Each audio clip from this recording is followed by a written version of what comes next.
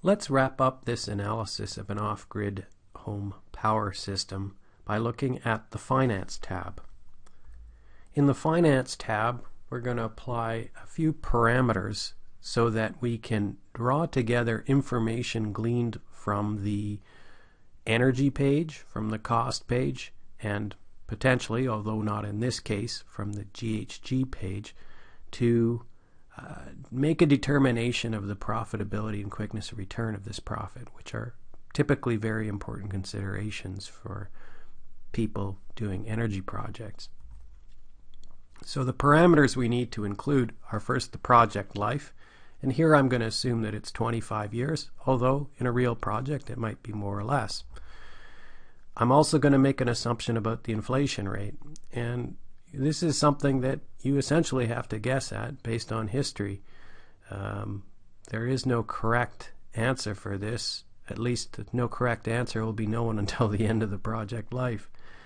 But here I will assume rates of inflation that are close to historic levels, that is around 2%, and I'm going to apply that same inflation rate to operation and maintenance, any parts, a replacement of the inverter, replacement of the battery, replacement of the generator, and the cost of diesel fuel.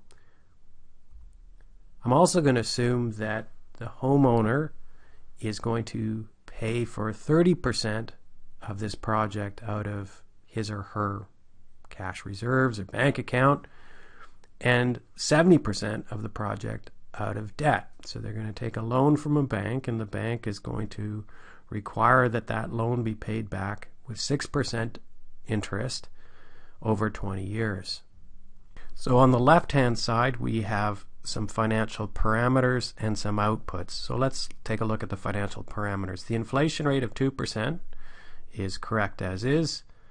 The project life should be 25 years, so I'll enter that.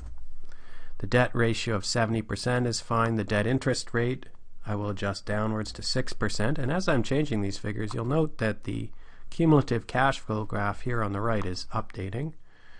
And I'll change the debt term to 20 years. For incentives and grants, there are none that I'm aware of. So the total initial costs are simply $9,706. That is the proposed case costs minus the base case costs. The annual costs and maintenance for the proposed case are zero. For the debt payments, they're $592 per year for over 20 years. And here are the periodic costs summarized here. We have annual savings of $1,343. That includes both fuel and maintenance for the base case. And there is no monetization of the GHGs.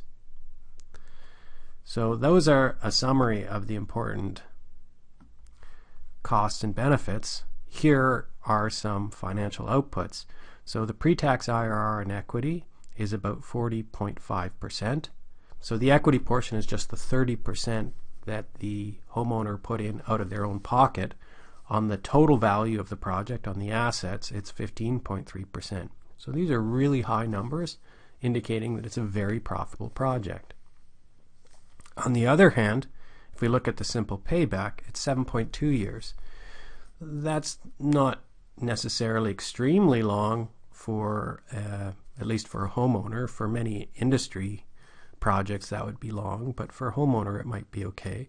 However, the simple payback is actually a really poor measure to look at, even if you're just looking at quickness of return. So I would argue that if you have reasonable access to cash, quickness of return is a bad thing to look at. You really want to look at long-term profitability, which is the internal rate of return. However, even if you are concerned about quickness of return, I think it's much more accurate to look at the equity payback here, which is how long it takes for the investor's outlay of money, that initial 30% of the cost of the project, to be returned to their wallet out of savings or revenues. And we see that that occurs when this cumulative cash flow graph here on the right crosses the zero line. So initially there's an outlay of cash, and then revenues over the years, build that back such that it crosses back over into positive terrain after only 3.6 years, which is much shorter than the 7.2 years of the simple payback. So, in summary, this project is very profitable and has a reasonably short equity payback period. It's very attractive. And that despite us having some very rosy assumptions about the longevity and efficiency of the diesel generator. So based on this, I would conclude that this project is worth further investigation. So I would go back and do better estimates of the initial costs for the photovoltaic system, just to flesh out my assumptions there, look more into the technical feasibility of the project, etc.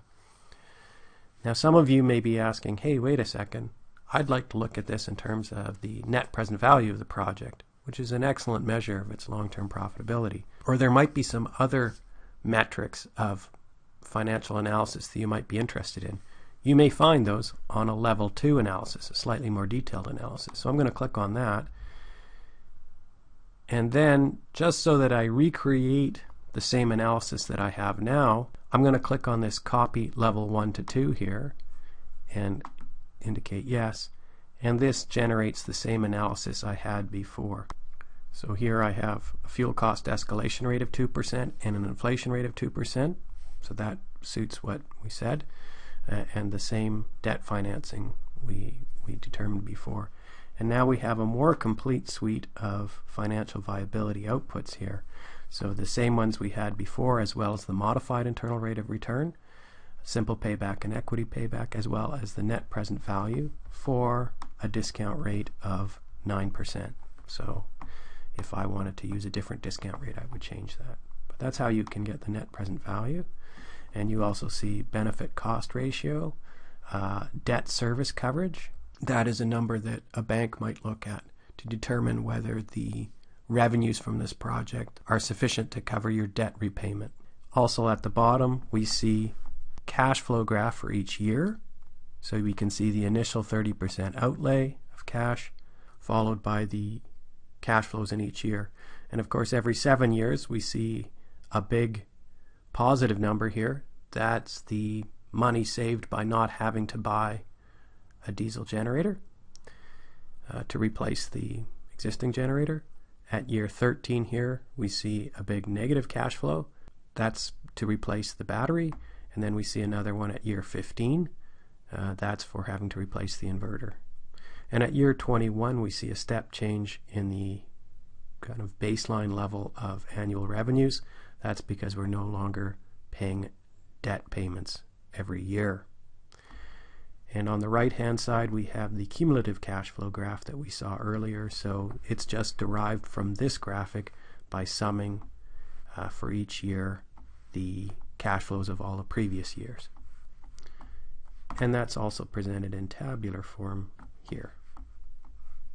So that concludes this pre-feasibility analysis of a home power system. In the next series of videos, I will look at an off-grid telecommunications site.